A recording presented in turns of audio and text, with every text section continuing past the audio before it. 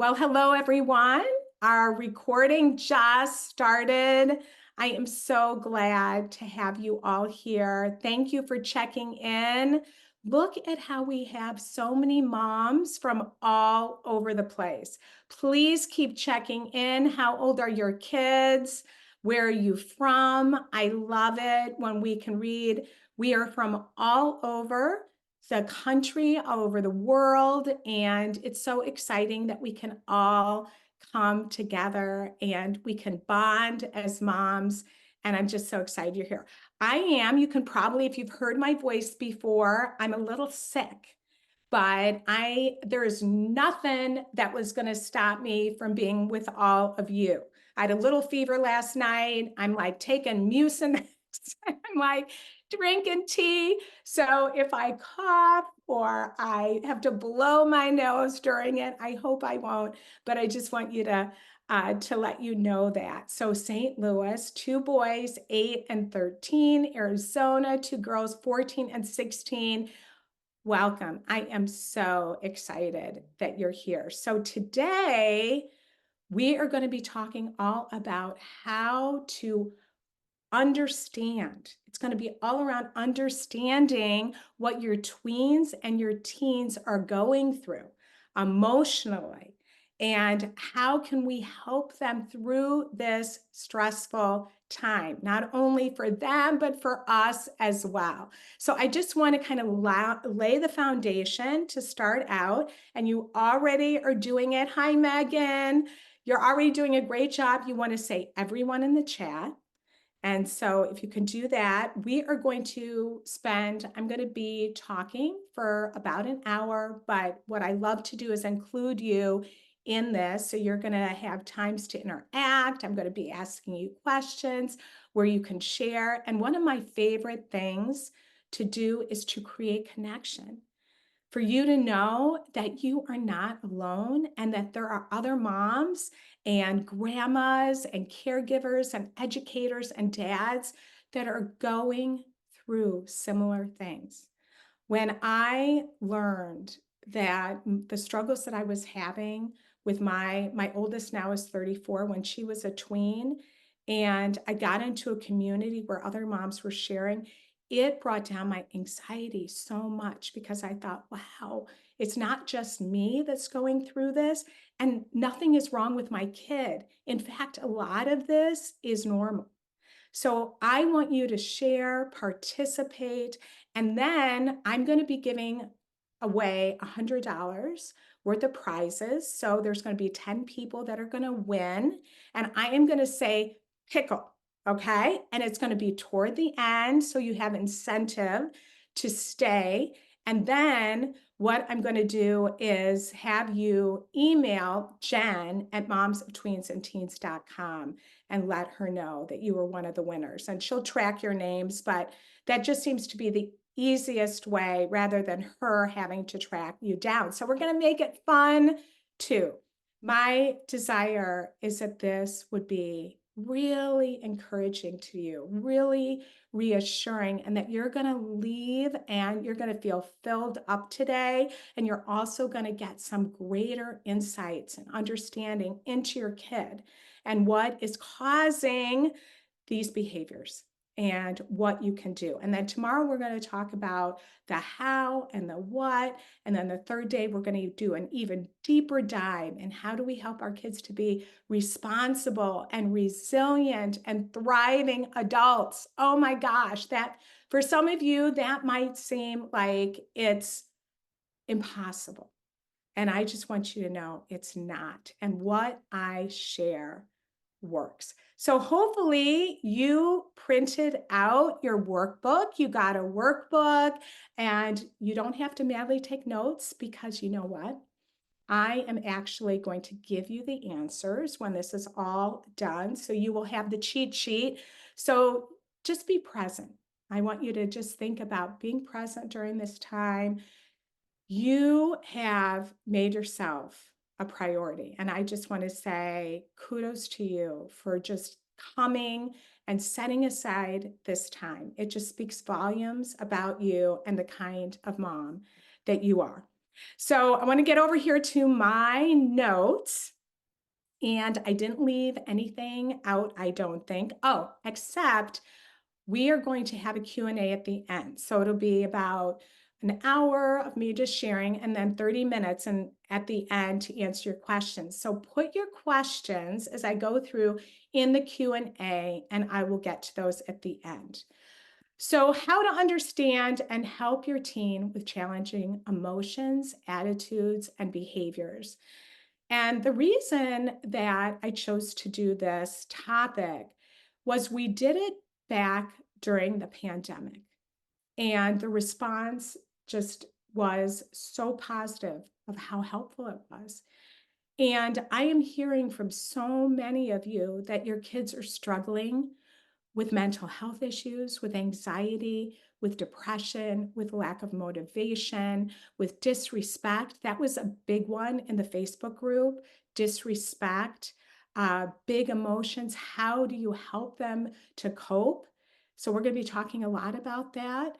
And I have been just hearing, getting emails of how tough it is right now. And also, the end of August, August 28th, the Surgeon General came out with a warning. Does anybody know what that warning said? Anybody? I want to get over here so yeah, thank you, Jen. She shared the workbook. Anybody? Was it about social media? Well, partially. It was partially, Cindy, that's a great guess because it kind of includes that. Amy, Instagram, that's a big one lately. Yes, Cindy, it is. It was actually a Surgeon General warning to us as parents that we are overwhelmed and stressed out like never before. Here's what it said.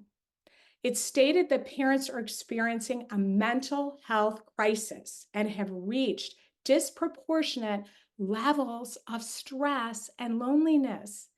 And I just want to say, I'm so glad you're here because it is so lonely.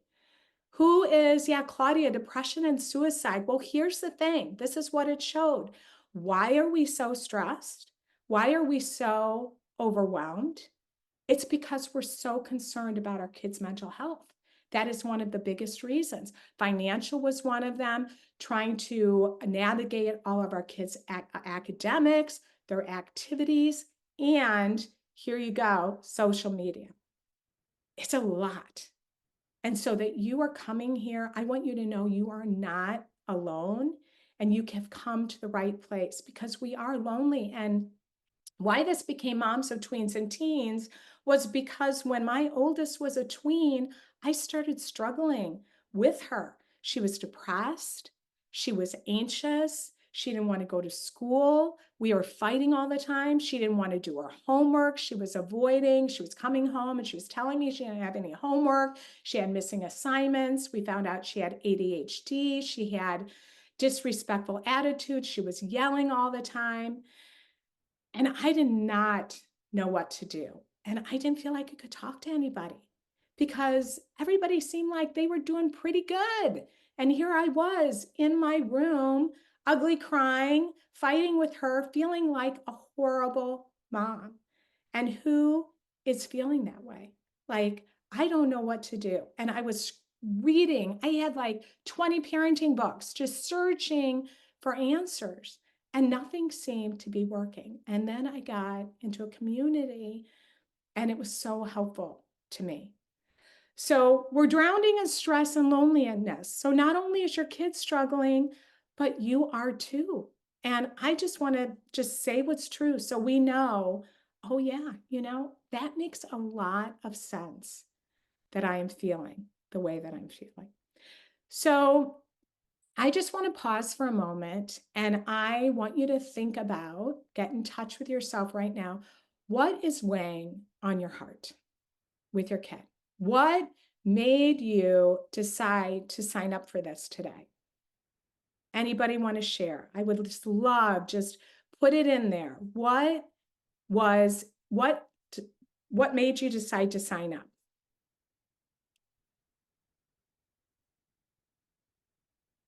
Lack of connection. Oh, Claudia, thank you for sharing. That is a big one, right?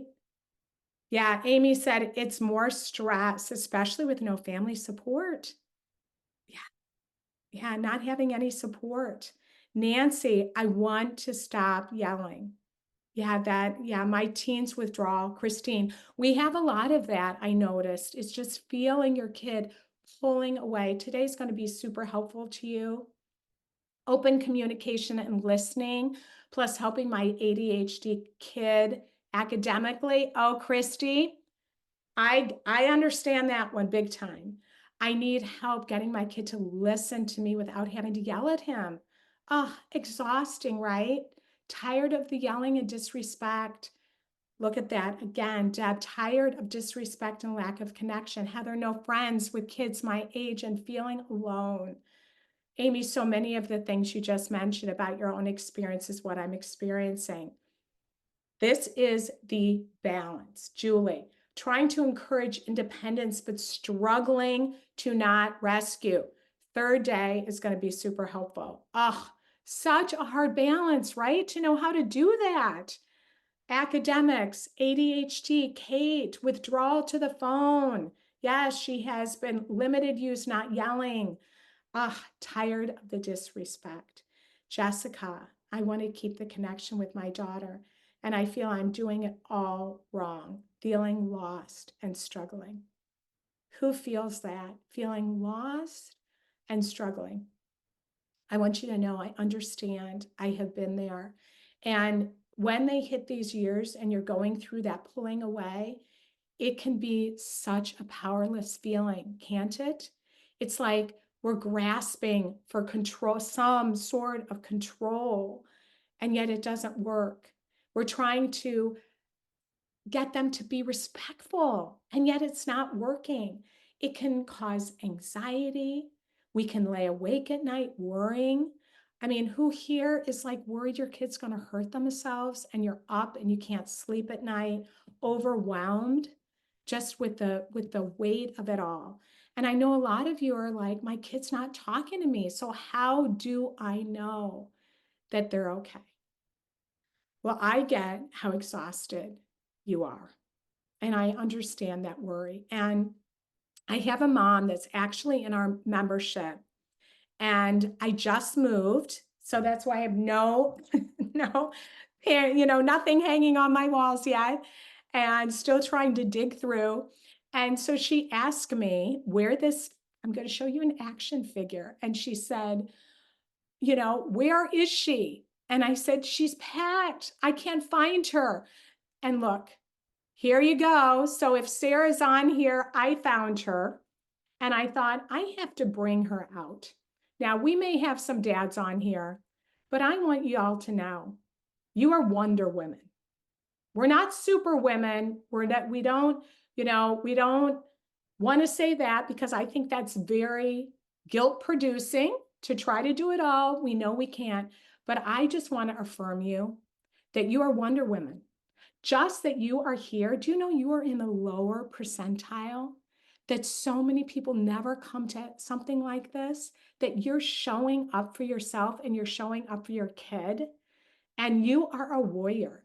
And if you listen to Moms of Tweens and Teens podcast, I say, we are heroes. You are. You might feel defeated right now. You might feel like you're laying flat on your face. You might feel like you are failing, but I want to tell you, you are not. You are here. Your kids are so lucky to have you. Grandma, your grandkids are so blessed to have you. Your teachers on here, social workers on here, that you are here and taking this in. They're so blessed to have you in their lives. And we need to take a deep breath. And I just want to start out, and I'm going to keep her sitting next to me throughout this whole thing. We need to bring out our swords and slay all those lies that tell us we're failing, that tell us we're not doing enough, that tell us it's our fault, that say, if you only woulda, shoulda, coulda, then this wouldn't be happening with your kids. We're just going to take this sword and we're going to say, no, that's not true. That's not true. You're showing up for yourself and for your kid. And it's super hero work that you're here. So I want to just start out by affirming that. Absolutely, Suzanne, we need to show ourselves lots of compassion. So where are we going? Well, I just want you to set an intention on the onset for these 3 days. How are you going to show up? Because I know it's so easy. You show up for the first one and it's like, okay, I've done that. Today, we're talking a lot about understanding, which is the foundation. But I want you to come, or at least watch the replays if you can't, for the second and the third days as well, because that is when we're doing the how and the what. So how are you going to be intentional? Maybe it's I come today, I'm going to be able to come all 3 days. Maybe I'm going to have to listen on my phone. Or maybe it's I'm going to commit to watching the replay. Maybe it's I'm going to commit to inviting a friend and having her join me. And we can watch it together and we can go through the workbook together. Maybe it's I'm going to take a risk and I'm going to ask a question at the end. So just think about that and set your intention. So over these 3 days, we're going to talk about the understanding, the how to help our kids cope. What do we do when we're losing it? How do we help our kids through this really difficult growth time? And how do we help ourselves? I want you to be encouraged. You're going to get lots of really good tools and resources that are going to help you.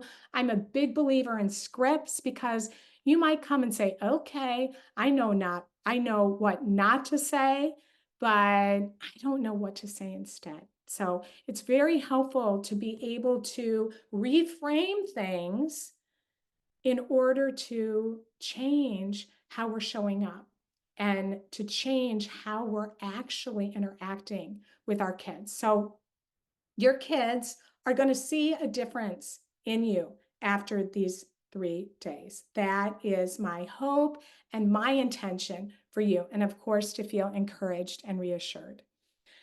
So we're going to start with the first question that's in your workbook. What are the 3 greatest needs that your tween or teen has? The 3 greatest needs. Now, some of you that are here that are in our membership, maybe you know the answers to this. And I would like to just hear from all of you, including those of you in the inner circle. What do you think they are? What do you think our kids' greatest needs are? What do we need to understand? Kelly, connection, compassion, time. I love those. I love those. Yes, absolutely correct. Anybody else? Listening. Yes. Suzanne, autonomy, connection, and lots of food. Oh my gosh. Amy, understanding and listening. Yes, good. Unconditional love. Yeah. Lots of chocolate. Is that for our kids or is that for us, Cindy? Validation, Shelley. Well, all of the above, right? Cindy, both. Here's the thing, patience for sure. This is an umbrella. So I want you to think about, I'm starting with this because everything else comes out of these 3 things. And they are, oh, you know what I was going to do? I was going to give you an overview. So let me back up. I love your answers, but this is what I'm going to tell you. The 3 greatest needs of your tween or teen, 3 things that well-meaning parents, we do that doesn't work. So they're just common mistakes because we love our kids. And we are going to talk about in the middle there, the 3 keys to understanding your tween or teen. So 3 greatest needs, 3 keys to understanding what we need to understand, and 3 things that we need to stop doing, that we all do, all of us. So I'll go back to that, but I just want to tell you a little bit of a story. So I'm going to be sharing my story and my journey with my oldest, which is actually why I started Moms of Tweens and Teens. And when we can use our stories, our tough things, our difficulties, our pain for good, it makes meaning out of our story. And like I said in the beginning, and for some of you that jumped on here late, she was really struggling. She had school refusal. She didn't want to get out of bed. She had a lot of anxiety. She was depressed. I was taking her therapist. I realized, oh my gosh, I'm the one. I was trying to fix her. I'm the one that needs help here. And then I started this whole journey with getting support for myself. And we fought constantly. I was trying to get her to do her homework. It didn't work. There was a lot of disrespect in my home, and everything I was doing was backfiring, and it was actually creating the opposite things that I wanted. And I, like so many of you, I was losing that connection. And in fact, I was hearing like, I hate you. I hate you, was what she was telling me. And it was so hurtful. And I would feel so angry too. And I was yelling, and it was just awful because none of us want to respond that way. But it was so upsetting. And then I would feel so wrought with guilt. And it was just like we were in this spin cycle. And if I would have known what I'm going to teach you today, it would have been really different. The whole experience would have been very different. And these are how I believe things would have been different. I would have changed the way that I supported her, responded to her. I would have been looking deeper under the surface for what was going on. She would have felt safe with me, like she could open up and share her struggles and challenges. And we would not have had that constant fighting and conflict. And I would have been more equipped to help her to really cope with all those things that were happening. But because I was fighting so much with her, I missed so much of what was going on underneath the surface. And it also would have helped me with my stress and my worry and my fears, which were off the chart. And I was up at night worrying. And so many of you, I'm sure, are relating to this. So here are the three crucial needs that our tweens and teens need to have met. We're going to talk a lot about these tomorrow, but I want to just talk about them right now, just name them so you can kind of put this in the back of your mind, because if you walk away with anything after these 3 days, I want you to hold on to this. What your kid needs more than anything else is to be seen, is to be heard, and to be understood. And everything else, that validation, yes, that's being understood. Listening is hearing. And it's not always just hearing what they're saying, it's being curious about what's going on with them. And also that autonomy, that connection, that's also being able to see them accurately. And if we don't understand what's happening with them, we really can't accurately see them. And that was me. I had these glasses on and I had the wrong glasses on, and I was seeing the wrong things. And so what was I doing? I was constantly reacting. And one mom said to me, well, I don't think I could ever fully understand. And I was like, I love her honesty, because you know what? We can't, but we need to try. So what do we need to understand? So here are 3 keys to understanding your tween or teen. Okay, you ready for the first one? There are many developmental changes going on. We know that, right? We know so much is happening. And this is a messy time. It's painful. Not only can it be painful for them, it can be painful for us. We'll talk about why that is. And it can be messy because there are so many different things going on that we need to understand. And here's where we need to understand what's happening. Their brain, their sense of identity, or their sense of self, that's number 2. And number 3 is they are learning to navigate the world around them. And they're not adults. They're not adults yet. They've never done this before. And I would add, neither have we. We have never done this before. So when we're so hard on ourselves and we think we should know how to do this. Yeah, really? Like, who says who? We've never done this before. And they're in this huge transition. So, number one, you need to understand what's happening in the adolescent brain. And I'm so grateful. This research was not out, or if it was, when my daughter, who's 34 now, was a tween, I didn't know about it. Nobody was talking about it.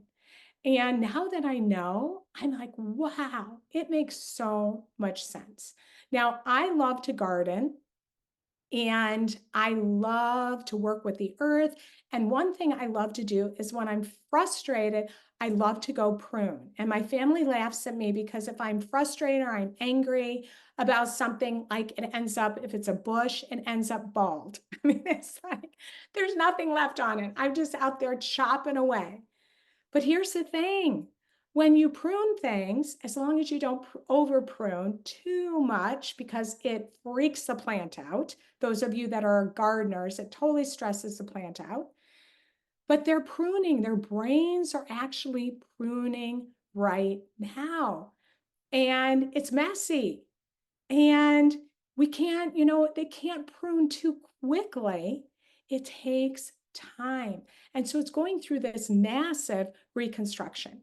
And I love to explain the research just in layman's terms because it gets pretty complicated, but it's like everything is like disconnecting and there's like loose wires hanging. And we wonder, why can't they get it together? Why do they have all these huge emotions? Like, what are they thinking? Well, exactly. There's like all these loose wires. And like a gardener, there's like all these weeds and there's all these things that we're just trying to, right, play offense here and defense here and get in there. And then the beauty of gardening is you can't see what's going on underneath the soil when that seed is in the dark. And it's kind of like your kids, like they're like the seed and it's all underground and you can't see it, but growth is happening, even if you can't see it. It is happening. And I want you, even though you're like, I don't know, I'm not seeing it. This is really slow and I'm trying to water, but nothing is happening. Well, just know, yes, things are happening. We can't see it. And pruning is painful for growth, but it is necessary. So Dan Siegel uses this wonderful illustration, and maybe you've seen it where he has his hand and he makes a fist. And I love this to explain the brain. So I want you to think about it like this. And this is their prefrontal cortex, okay? And this, when you open it up, this is a limbic system, which is made up, I think it's like 5 parts maybe, but we're just going to talk about the amygdala. We're not going to get too deep into this. The amygdala. What's the amygdala? Anybody know what the amygdala is? Fight, flight, freeze, right? Well, what's happening with the amygdala? Well, the brain specs show, and my whole family, we've had brain specs. It's fascinating. This sucker is lit up like it is on fire during the adolescent years. So this is in here and it's on fire. And this is impulse. This is fight, flight, or freeze. This is the reason that your kid is impulsive. This is the reason that they yell, that one moment they're crying, the next minute they're angry, they're just all over the place. And one minute they're cuddling with you, the next minute they don't want to talk to you. So this is lit up on fire. The prefrontal cortex right here is what? Super active. Yes, Suzanne. Thank you. The prefrontal cortex is the executive functioning part of the brain. This is the reasoning side. This is the part that is the cause and effect that connects things. This is, I left my wet towel on the floor. Oh, yeah, I forgot I forgot to bring this to school. Mom, or it's more texting, right?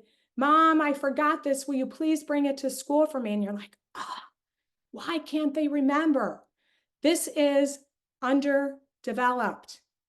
And here is the brainstem. So when your kid has anxiety or they're feeling depressed, this impacts their body. There's signals going on that's coming up and going down, and it's signaling. So a lot is happening in their body as well. And it's all restructuring. And there's a lot of research to show this, and it's very necessary to their development. So the brain, it goes developing from the back to the front. So the prefrontal cortex is the last part to develop. So when you're really frustrated and your kid is not remembering something, when they struggle, especially with ADHD, which I'm an ADHD kid and adult, and the papers are everywhere and they can't figure out how to pull it all together. That was my daughter. She was struggling. She was not doing it on purpose.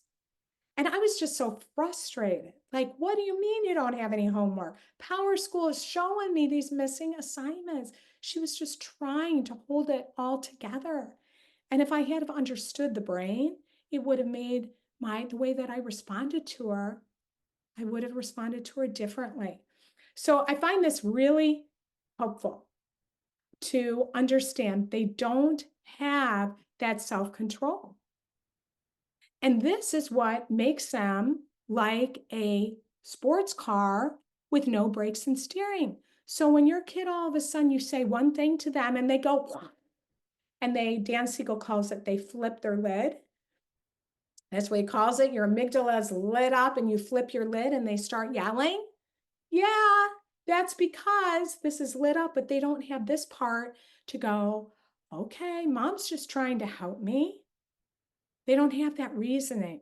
All they're thinking about is, I don't want to do it. I don't want to do it because it causes me anxiety, but they don't even know that. So they flip their lid.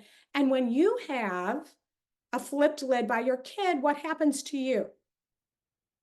You flip your lid usually, right? There's nothing like somebody's amygdala that is triggered and active to activate our amygdala as well. We'll talk all about that the third day, some of those things that we can do. So emotional overreaction, don't connect cause and effect, executive functioning, forgetfulness. And here's why it's essential. And I just love this because there's a whole flip side to this that we need to remember. It allows them to experiment with new behaviors. It allows them to be brave and courageous and push into adulthood. They need to take risks, but you see, they don't, that's hard for us because they don't have that prefrontal cortex. So, oh my gosh, we don't want them to take too big of a risk where it might have really difficult consequences, really costly consequences. They also need to learn from their mistakes, which can be really difficult for us as well. So in the adolescent brain, there is a lot going on that we need to understand. Number two, this makes it a perfect storm because at the same time that their brain is firing, rapid firing, and they have that struggle with the self-control and executive functioning, is they're trying to develop their own sense of self apart from us. And this is also necessary. And I get excited about this now when I think about the why to it. And I'm going to share that with you. But it can feel, when they're going through this, super painful. Why? Because it's a big transition. And I have a ruler here. It's like over here, think of it, or maybe it would be over here if it's opposite. When they're little, they love us, they want to cuddle, they talk to us about their day, they come home and they talk, and gosh, they talk too much, right? They're talking. And it's like, oh, and we kind of space out, we kind of, have to tune them out. But they talk a lot. I can set up their play dates, right? I can sit down and do their homework. I get to choose who I really want their friends to be. I can maybe even help them dress Maybe you have a kid that you don't like the way that they're dressing. We can pick maybe their clothes, enroll them in their activities. And then what happens? They move to middle school. And then all of a sudden, we're like, what happened? I remember my daughter did not want to be, this is my youngest. So she was 6 years younger than her brother. I have a son that's in the middle. And then my daughter, she was 9 years younger. And so she was a baby and we were so close. And then all of a sudden, she didn't want to be seen with me. We literally could not go to a restaurant, my husband and I, with her because she did not want to be seen with us. I was like, what? She didn't want to be seen with me at the grocery store.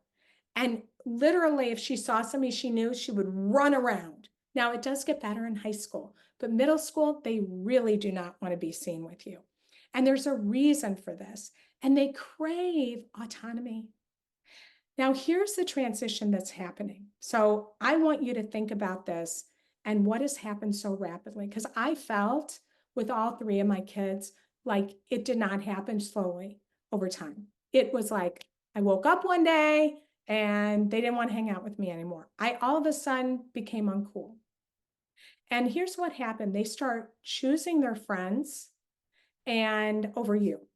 And I've even talked to moms where they get really frustrated because their daughters are in the dressing room and they're snapping pictures. And you're like, oh, I like that dress. And they're like, and they're snapping. Who's gone through that? And they don't care. All they want to do is they want to know what their friends think. And guys, they might not show it outwardly, but they do it too. All of a sudden, they won't wear something because it's not uncool anymore. They start shifting how they communicate. And this is one of the big reasons they have slang. They develop their own little language that we don't get. Doesn't that make so much sense? And then they drop their activities and they start doing different things or they start dressing differently. And you're like, okay, when did this happen? Like, I hate the outfit you're wearing. All of a sudden, they want to start dyeing their hair. I can't tell you how many moms go through this. They start wearing all black. Maybe they're wanting to paint their fingernails black. And you're like, what is happening here to my kid? And so there's this big transition, and they can push back against our values. And so things that you hold dear, all of a sudden they're like saying, no, I don't believe in God. And you're like, what? And that might be, that was something I went through. Yours might look different, where it might be around politics or it might be around whatever. And you say, it's black. And they say it's white, right? And you're like, it clearly is not white. But no matter what you say, they don't say, oh, yeah, mom, you're right.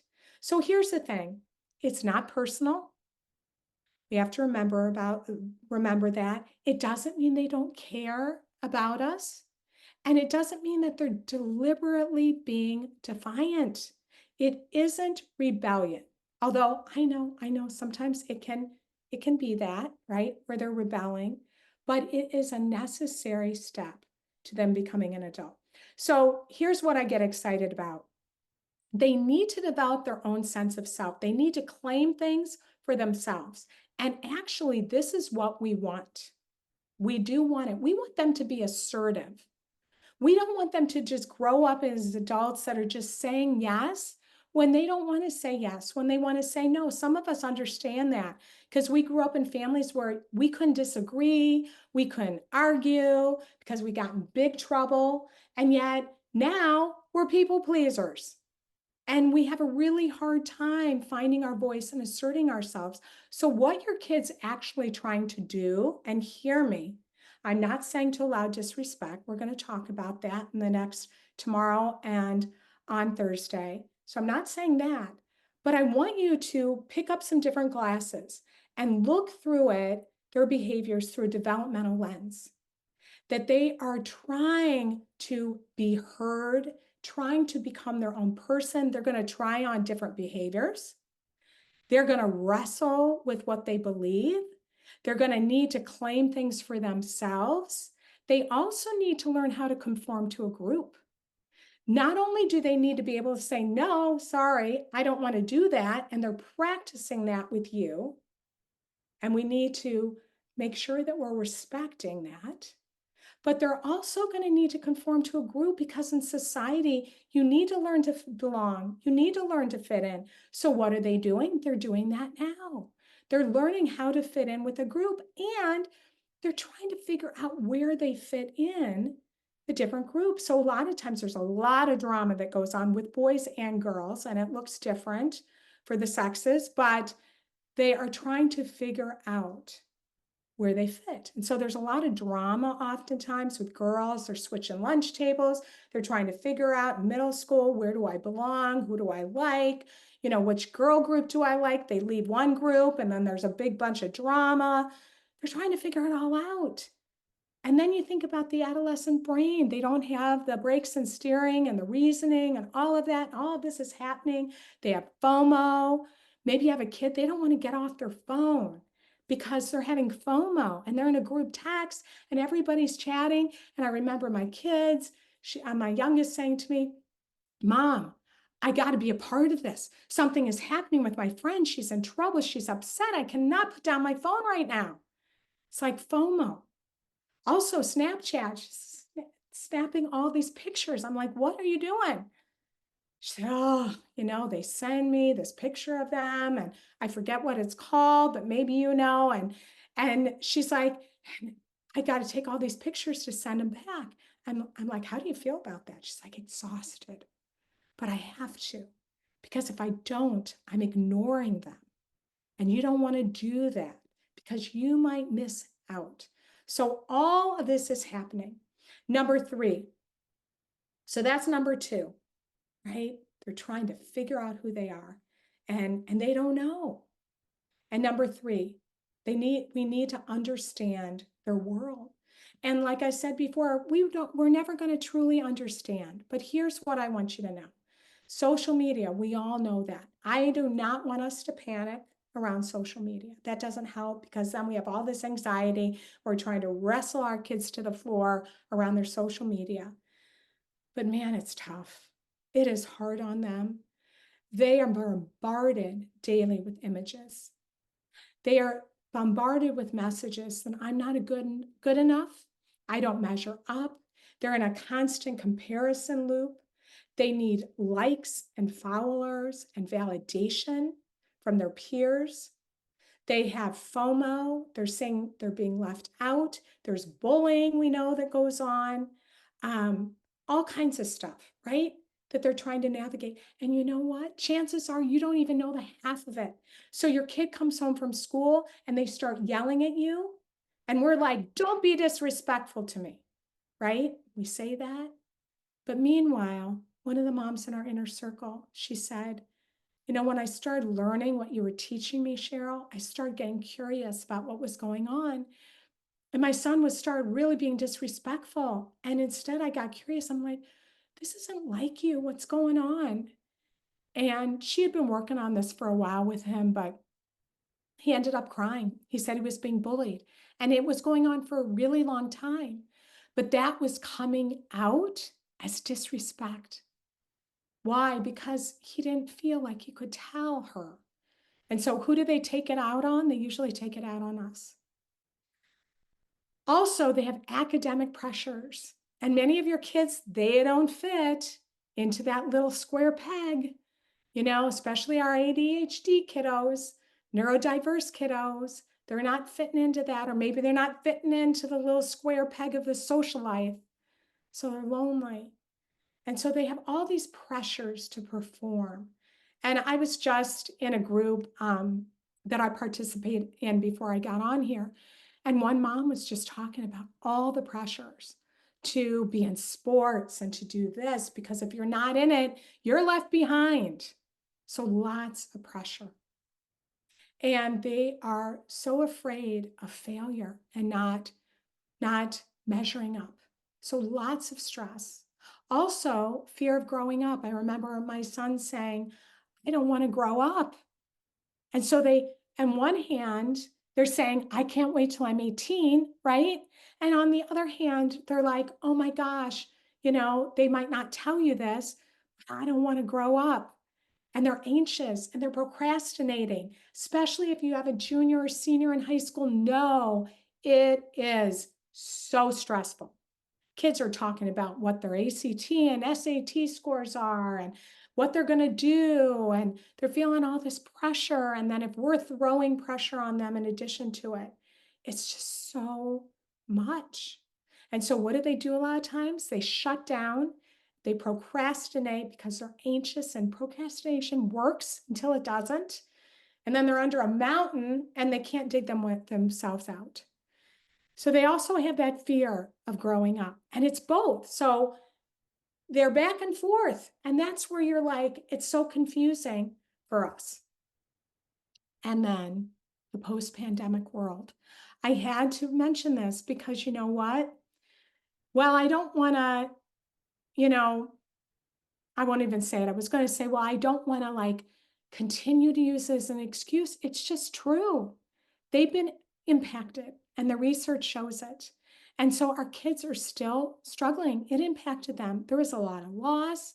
They're scared. My kids, who are even older now, they feel like a lot of upheaval and vulnerability in the world around them since that happened. And they don't know, there's a lot of unknowns and uncertainty now for them that we didn't have.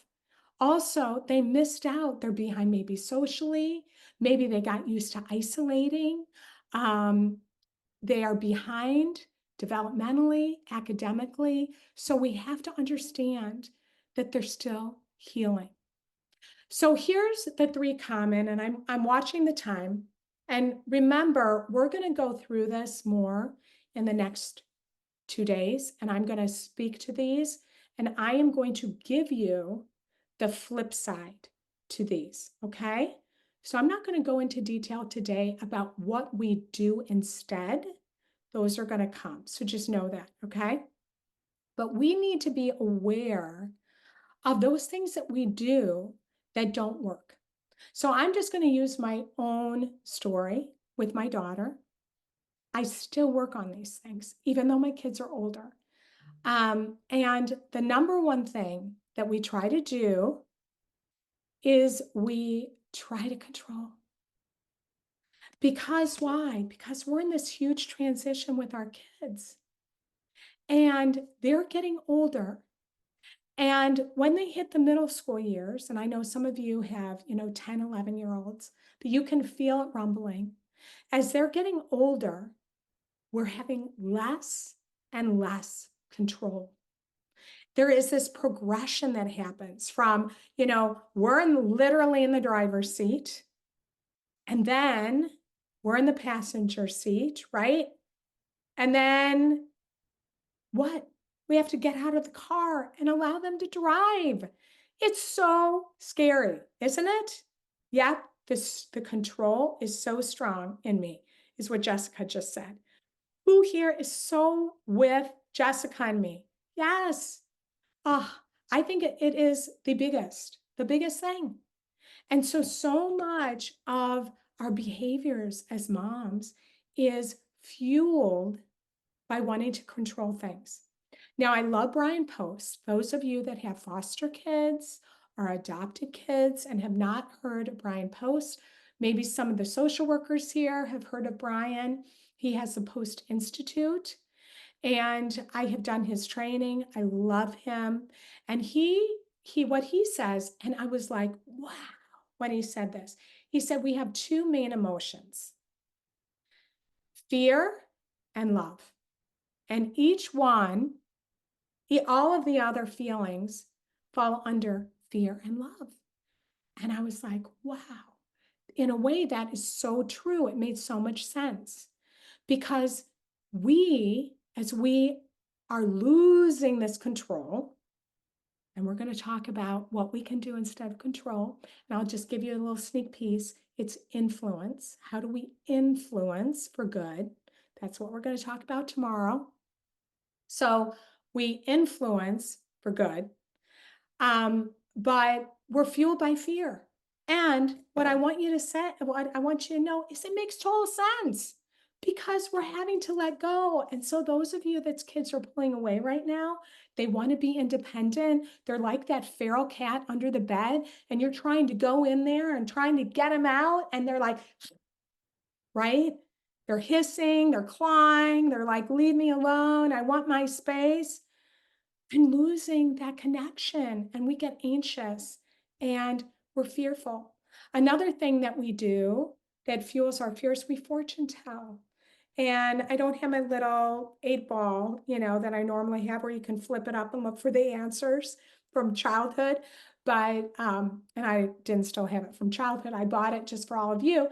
But, and we'll maybe pull that out tomorrow if I can find it among all the moving boxes. But anyway, we fortune tell. So we're thinking, oh my gosh, if my kid doesn't get this grade in this class, then they're not going to graduate, and then they're not going to go to that college, or they're not going to be successful, and they're going to end up, and we play it out, and they're going to end up homeless, right? It's like we catastrophize.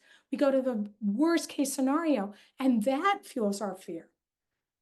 And I'll just tell you, most of our fears, it's a waste of time. I can tell you, I think about all the things I was afraid of when my kids were younger, and I'm like, man, I just wasted so much time being anxious and reacting and losing a lot of that connection. So, what are some of the ways we do this?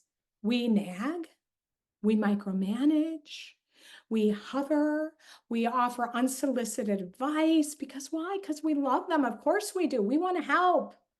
We want to help. So control is not bad. It just creates the opposite of what we really want. It breaks that connection. So what we're going to talk about tomorrow and on Thursday is what to do instead to gain that influence. Pickle!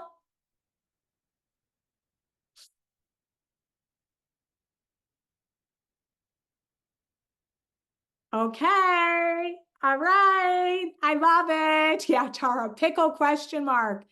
You might have missed it in the very beginning. So the first 10, you won a $10 Amazon gift card.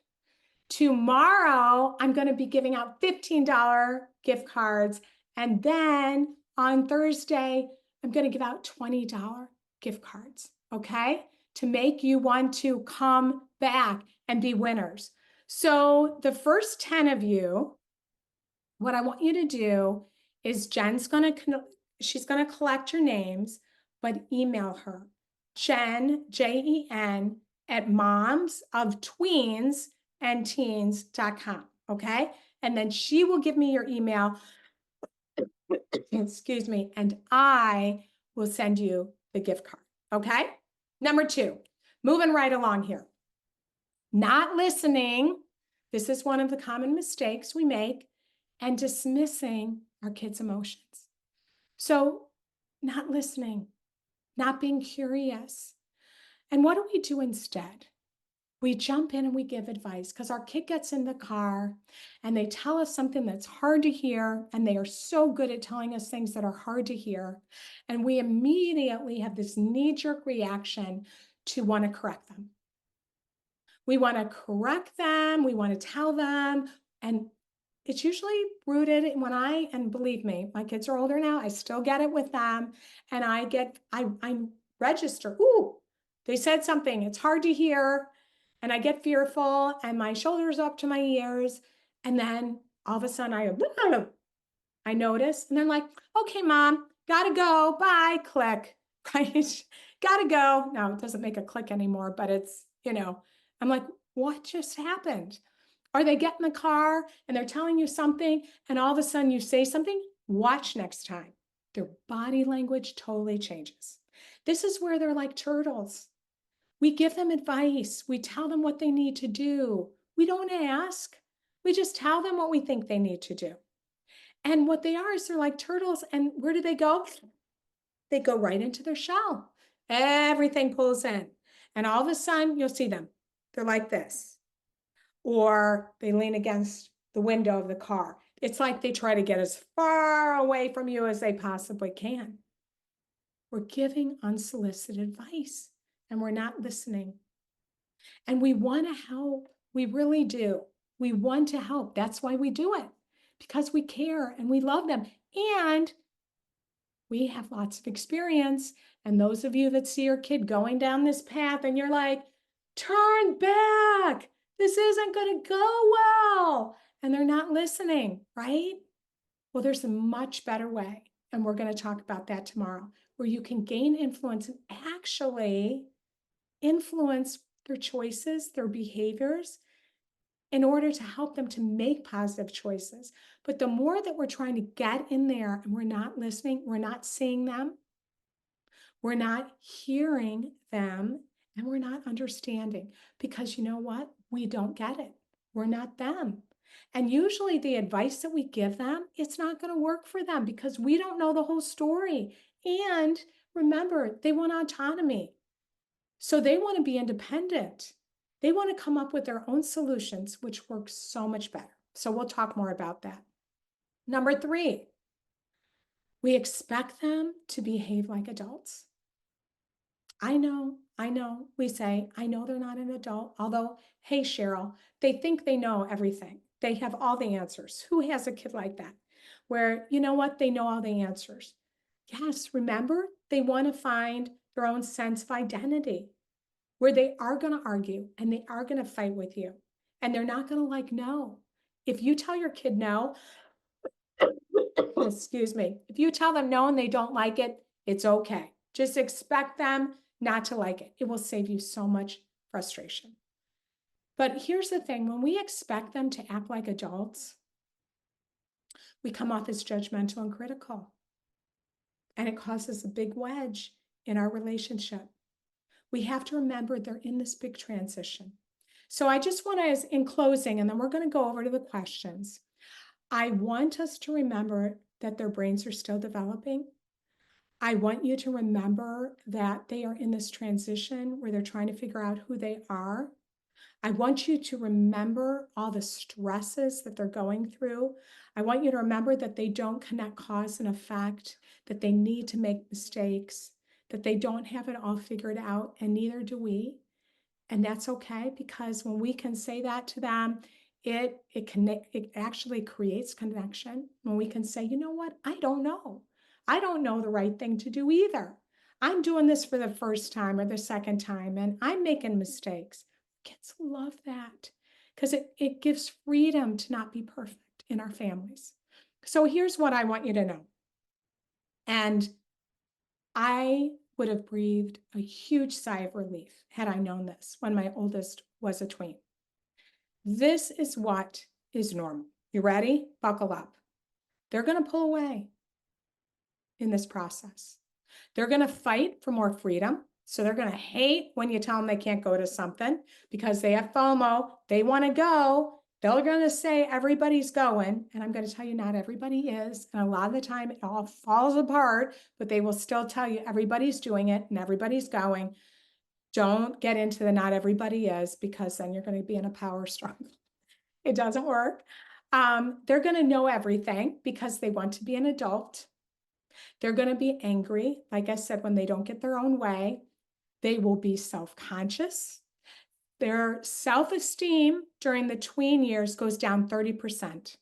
Why? Because they're super self-conscious. They're overly self-critical. So if we're coming off critical, they're already beating themselves up enough. Just know that. They're going to be impulsive. They're going to mess up. They're going to make mistakes. It's going to be messy. They're going to lie. Yep, they will. They're going to lie. Just the plain truth of it. We hate that. And they're going to lose it because they don't have the brakes and steering to regulate their emotions. They're going to hurt your feelings, and it's going to hurt probably a lot. You're probably going to cry in your bedroom if you're a crier like I am. They will be secretive. They're not going to tell you everything. They're going to keep secrets from you. They will disagree, and they're going to test your values. They're going to break your rules. Yeah, I know. It sucks. They're going to break your rules. They are going to take risks and make impulsive decisions because that's part of their brain development. Remember, It serves a purpose, but we just want to try and influence and steer it in the right direction. And there's ways we can do that. They're going to procrastinate. They're anxious. Procrastination, we're all anxious in different ways, and there's to varying degrees, but they will procrastinate. They're going to forget things. You're going to have to remind them. They're not going to remember to pick up their cups and their that are laying all over the house. They're not going to remember to bring their plates. They're not going to remember all the time to brush their teeth, put deodorant on. They're going to be forgetful. And they are going to challenge your authority. It does not mean that they are bad kids. They're just in process. And when we can normalize that, we will not freak out when all of a sudden they're challenging our authority. My hope is that you can go, oh, there it is. Okay, I'm telling them no. They want to be independent and they don't want me to say no because they think they're adults, but they're not, and they want their way when they want it.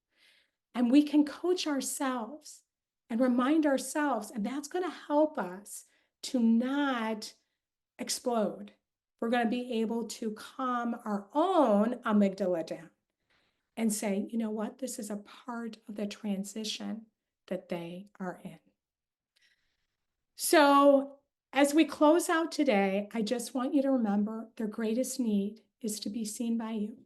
It's actually all of us. It's our greatest need. We want to be seen, and I want you to accept, and not you, but we want to know that we are loved and accepted when we're our worst. We want to feel heard. Think about when you just want somebody to listen to you and instead they jump in and they give you this advice.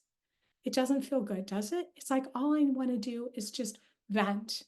Or I just want somebody to say to me, gosh, that must be hard. I can see why you're angry. That makes total sense. That's what our kids need from us. And we need to also give ourselves grace and our kids grace that we're in this big transition. Their brains are under reconstruction. Their identity is being developed. Oh, excuse me. And we need to understand the world that they're living in, that is stressful. They need to come home and they need to know that we are their safe place. So tomorrow we're going to talk about what to do instead of control, how to gain influence, what we do instead of dismissing those feelings. How do we listen when they say the darndest things? And how do we help them become responsible adults that thrive?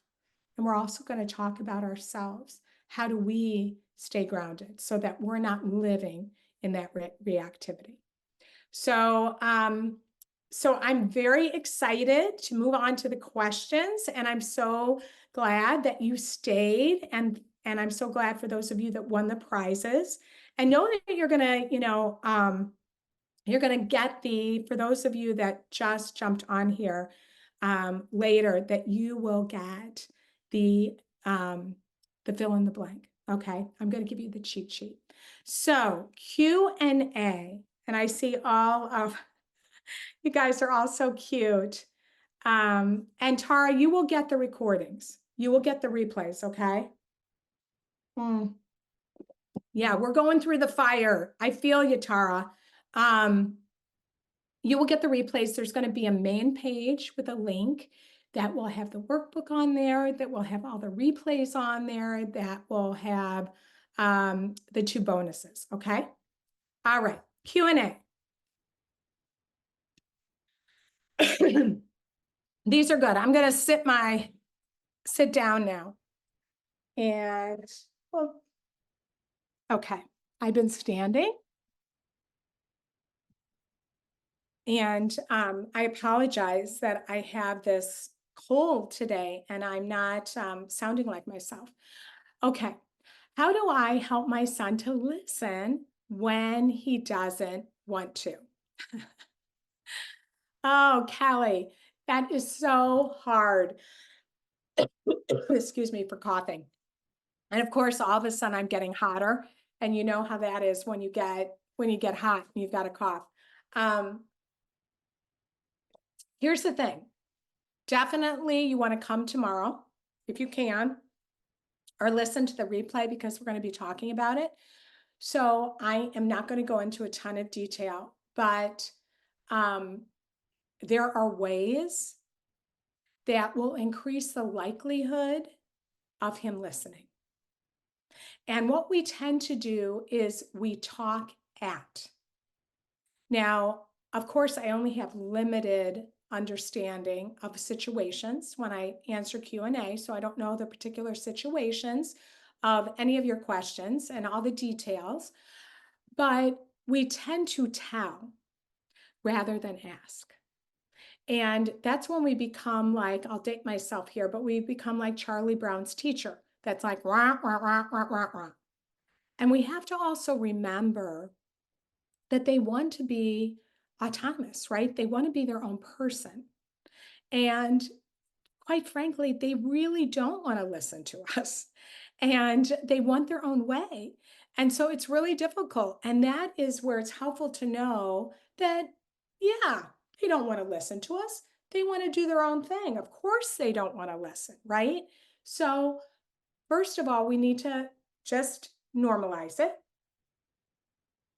Oh, they don't want to listen to us. Well, that makes sense where they are developmentally, right? They're like that cat. The moment that they come out of their room, then what do we often want to do? I got an opening. And then we tell them, hey, did you study for your test yet? And what happens? Whoop, they go right back in their room. They're like that feral cat. We all of a sudden tell them something again, and then they go whoosh, right back in. Melanie McNally, I love her, and I've had her on the podcast. And I said, what's the number one complaint kids have towards their parents? And she said, they say that the moment they come out of their room, their mom hits them up, or their dad, or whoever says to them, you know, have you done your homework yet? Have you done that paper? And they pelt them with questions. And then they don't want to, they go back and they retreat. So tomorrow we'll talk about how to gain influence where they actually do want to listen. And a big part of that is us being able to learn how to really listen to them. And then they're like that turtle that starts coming out of their shell and they start opening up. And I've seen a few of my moms that have been in our inner circle membership for a while, and they will tell you that it does work. And they're amazed. It does work. I'm guilty. I know. Well, and you know what? It is so normal. Of course, they're in their rooms and they're not talking to us. And we finally get an opportunity to ask them. We're going to want to ask them. But here is what we want to do. We want to create a little space because at this age, they need space. So we want to just calm our own selves down and they come out of their room. And then what do we want to do? We want to create a little space there, right? Excuse me. So we'll talk about that more tomorrow. He is 9.5. Okay. So he's not quite there, Kelly. Oh, but I will tell you what you're going to learn is going to still work. It's going to work no matter what the ages of your kids. And for the mom that's on here, that's the grandma. I have two of my grandkids living with me right now, 9 and 7. And they live with my husband and I during the week. And they don't want to listen either. And so how do we gain influence? And I'm going to tell you at 9.5, it works too. And 9.5 is they're kind of starting, and especially the strong-willed ones, the kids that have ADHD, that are more impulsive, don't have those brakes and steering, they're distracted. They can especially struggle with it. Okay. My daughter wants to make her on consequences and come in when she feels like, I'm sorry, I'm not quite understanding your question, but I'm going to guess.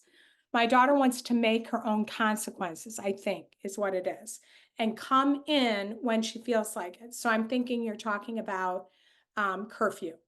So my question would be, how old is she? I would want to know that. And you want to come tomorrow because we're going to talk about how to set, well, we'll do it more, talk about consequences and boundaries on day 3. But come to that because what we can do is we can include them in the process. And when our kids have buy-in on consequences and we include them in the process at this age, the chances that they go along with our rules and comply with our rules because they feel seen, because they feel heard, because they feel understood, and we're not just being punitive, is going to increase the likelihood that they are going to come in on time. Okay? All right. So come, and we're going to talk more about that. Excuse me. Okay. My son is 17 years old. He makes mistakes and expects us, not to get angry. He never wants to accept his mistakes. Okay. Who here is totally relating? Defensive. When they're so defensive and they blame. So it's never their fault. Just know you've got a blamer. Tara's like, yes, totally relating. He's making the mistakes, and all of a sudden it becomes your fault, right? And you are not supposed to get angry. That's so interesting, right? Like, I don't know, maybe you are an alien. So just know that that's normal. He's a normal 17-year-old. And there are ways we can talk to our kids because in a way that they're not going to get as defensive. Because here's the thing, and I'm just going to give you a little sneak peek into what we're going to talk about the next 2 days. There are things that we say and do that actually fuel defensiveness. And so there's things that we can do instead and say instead that are not going to fuel the defensiveness as much. And a lot of times what we do is we also get punitive and punishing, which creates more defensiveness. And then they get defensive and they push back. So know that you are not alone in this, and how it becomes, I always tell my moms, there's powerful questions we can ask ourselves.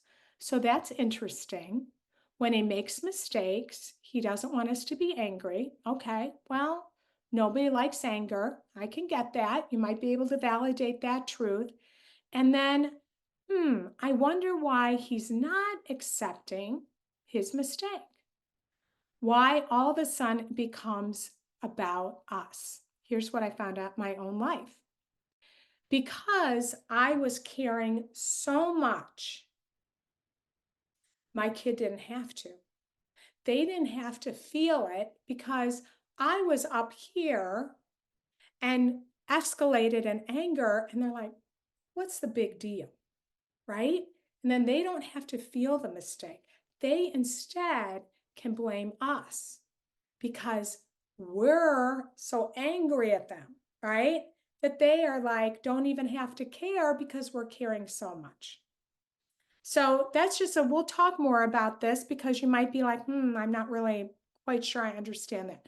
But we'll go into more detail because the question becomes, how do we get our kids to feel the consequences of their own mistakes? So what happens here, I'll illustrate with a couple pens here. What happens is they make a mistake, and then all of a sudden we take that mistake from them and we feel it, and they don't have to feel it. And they're like, what's the big deal?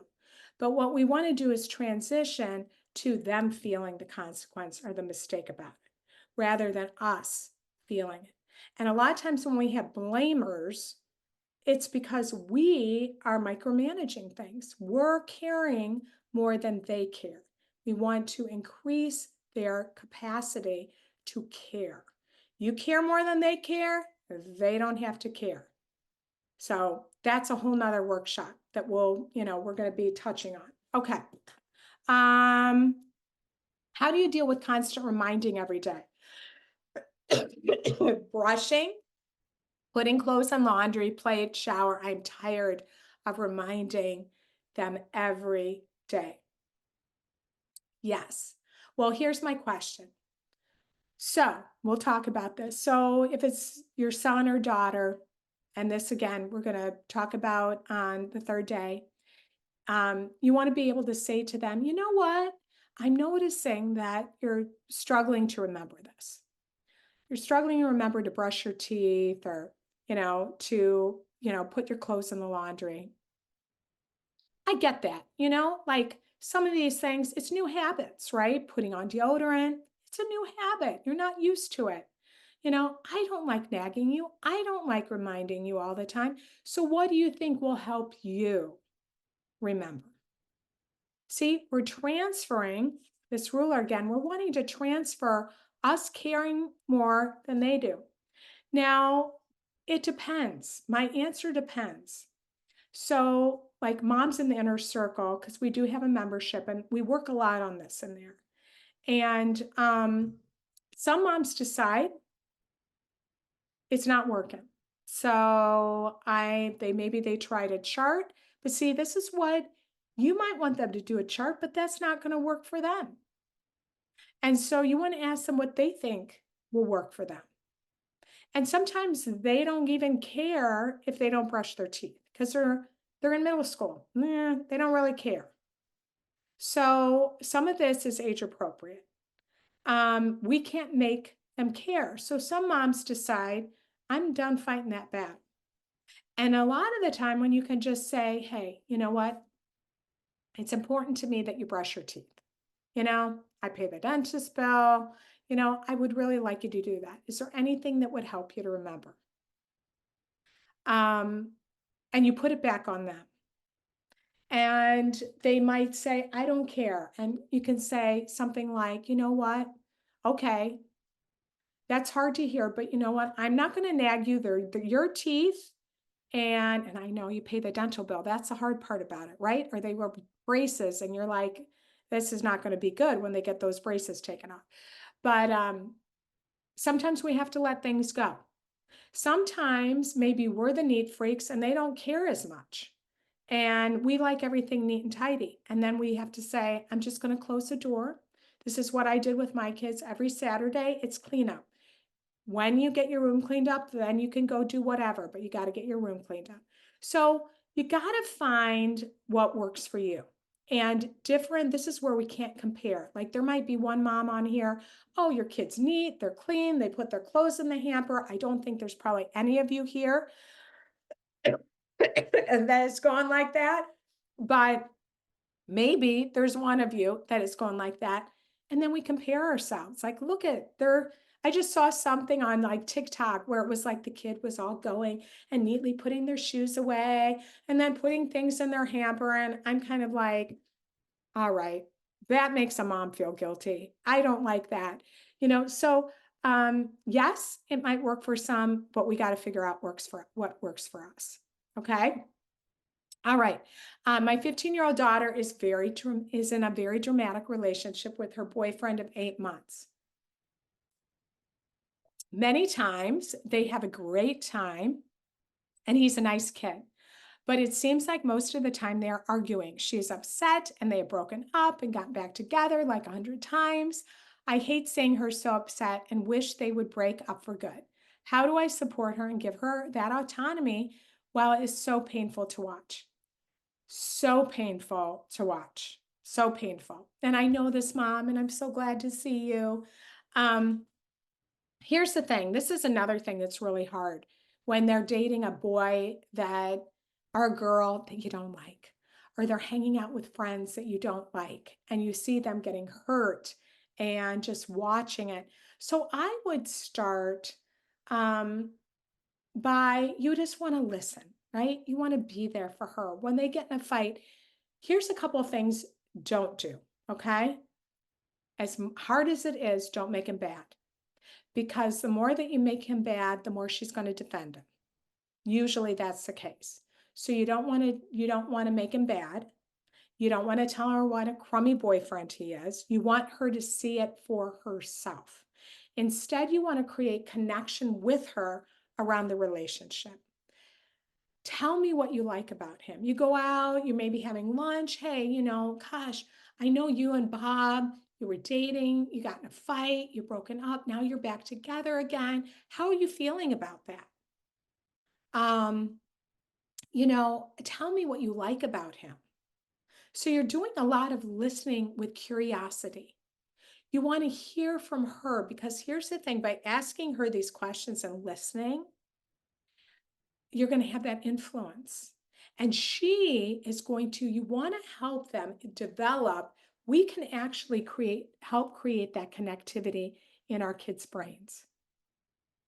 So by asking her questions, she is going to be able to connect with, this doesn't feel very good to me. Maybe this isn't really what I want for myself. So you want to be asking, tell me what you like about him. What was that like the last time you got in a fight with him? What did you really want to say? Things like of that nature, where you're having a conversation. Now, you could say something like, I'm so glad you're sharing this with me. I'm so glad you're telling me this. I can see that this is very painful. And as your mom, it's hard to see you in this kind of pain. I just love you so much, but I'm just so glad that you're talking to me about it. But you want to help her to see it for herself. So that's where I would start. Okay. So yes, Gwen. Oh, Gwen, you know what? On the third day, we'll talk about the membership a little bit tomorrow, and then we'll go into greater detail on Thursday. So just the membership doors are not open yet. So just know you're going to hear more about it, okay? But I love that you're asking. I love it. I love it. Okay, so we have about 6 minutes left. And Christy, I see your question right here. My son is 16, ADHD, unmedicated, sleep schedule, academic overwhelm is our biggest struggle. What can I do to support him? Those are all really hard things to be going through, because you have this storm of like so many things going on, Christy. So not only do you have ADHD, he's not medicated. His sleep schedule is so common with ADHD kids is messed up, and then academic overwhelm. So just know this is going to be a process with him. Be patient in the process. It's not going to look, remember I talked about that little square peg in the round hole. It's not going to look like your typical kid. You're dealing with a neurotypical kid. So the answer that's going to work for one kid won't work for you and your kid. Okay? So that's what I want to say first of all. Have lots of grace for yourself. Have lots of grace for your kid. In this process, I highly recommend Dr. Noreen Russell's book. It is What to Do Before and After Your ADHD Diagnosis. I would recommend, she's been on my podcast 2 or 3 times. I've been on her podcast. You want to learn as much as you can. Driven to Distraction. It's an oldie but a goodie. You can go to my website. You can type in ADHD. You can read one. It's a girl that has her head down like this that my daughter wrote. You want to see him. You want to seek to see him, to hear him, to understand him. He's very overwhelmed. He's flooded, and you need to get support for yourself because it is hard to navigate. So I would say start really teeny small with him. You do not have to deal with it all at once. Get him diagnosed, which you probably did. Figure out, ask him, how can I come alongside of you? How can I support you? Do you want my support? Tutors, getting third-party influences to help him where you're not carrying that stress is huge. So I had to get myself out of the middle because I was just too flooded with frustration. So figure out how you can support him, but you want it to be him driving it. Also realize that just because, and this is to all of us, our kids are struggling with ADHD, they're struggling in school, they have these things that they're going through, it does not define them. Right now, we're doing that fortune telling thing. I was doing all that fortune telling. And it does not define them. It does not mean he's going to be successful. And here I am going to just say the final thing, and I'm going to ask you all what a takeaway was so you can share it in the chat. Your kids are starving for you to see the good in them. All of our kids are working. They might not seem like it, but they are fighting a battle. And they are getting messages from outside of themselves that they're not enough. And if you can leave today doing one thing, focus on what's positive and good about them. Because for every one negative, we need 5 positives. And our brain is hardwired to see the negative. And what we focus on grows. And Dr. Michelle Borba wrote a book called Thrivers, great book. She came on the podcast. She interviewed kids from all over the world. And here's what she found.